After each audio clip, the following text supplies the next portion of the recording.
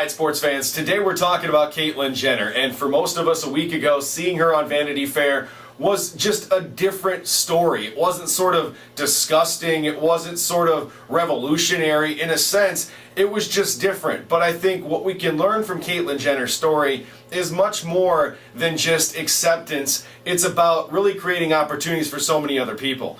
When I've talked about this before as it pertains to sports in relation to the Michael Sam story and others, I've talked about the doors that are now open. So many young kids that before didn't want to progress in sports because they were worried about the reaction in the locker room or from their teammates about their sexual orientation. This is no different in regards to your gender. And I look at the Rylan Whittington story, a story you can check out at ESPN991.com by the keyword Rylan. This young man found himself at a very young age questioning what gender he was. Born into this world as a female, but even at the age of 2, 3, and 4, he started to tell his parents that he wasn't a girl. In fact, he was a boy. Now for his parents, it's the same thing that many of us felt last week when we saw Caitlyn Jenner on the front of Vanity Fair. It was weird, it was different, it was new territory for those parents and for all of us that took part in reading the story and looking at the Vanity Fair cover. I think for me, like I said with the Rylan Whittington story, and they allowed their son to transition to a boy. He now participates in athletics as a young child, baseball, football,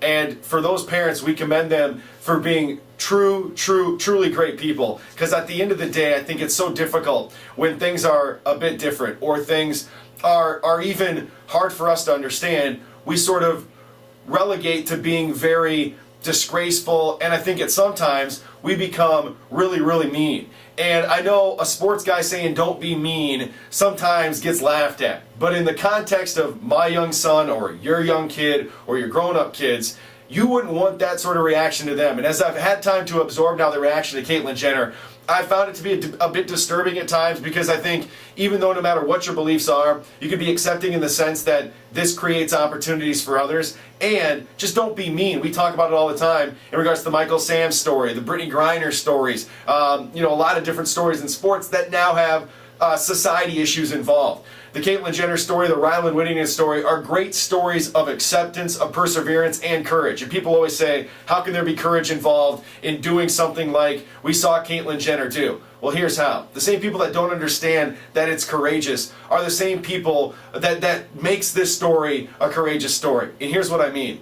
Those individuals that are so narrow-minded, that wouldn't be willing to allow someone to live the life that they want, allows it to be, and there is a lot of people that are like that, allows it to be a story of perseverance. Caitlyn Jenner is going to make money, and of course there's going to be a reality show. But at the core of all of it, we all knew Bruce Jenner as the Olympian athlete. We didn't know Caitlyn Jenner, but Bruce Jenner knew Caitlyn Jenner. And that's what's so tough for me in all of this, even though it can be disturbing, even though it can be different, even though for you it might be hard to understand. At the end of the day, there are so many doors that are now open for individuals. I know less than 1% of the United States and 1% of the world deal with these issues, but that less than 1% still does count. And now those doors are open for them at the adult level, at the youth level, and everywhere in between, because more and more stories are coming up about people being themselves. And at the end of the day, that's what it's all about, being yourself.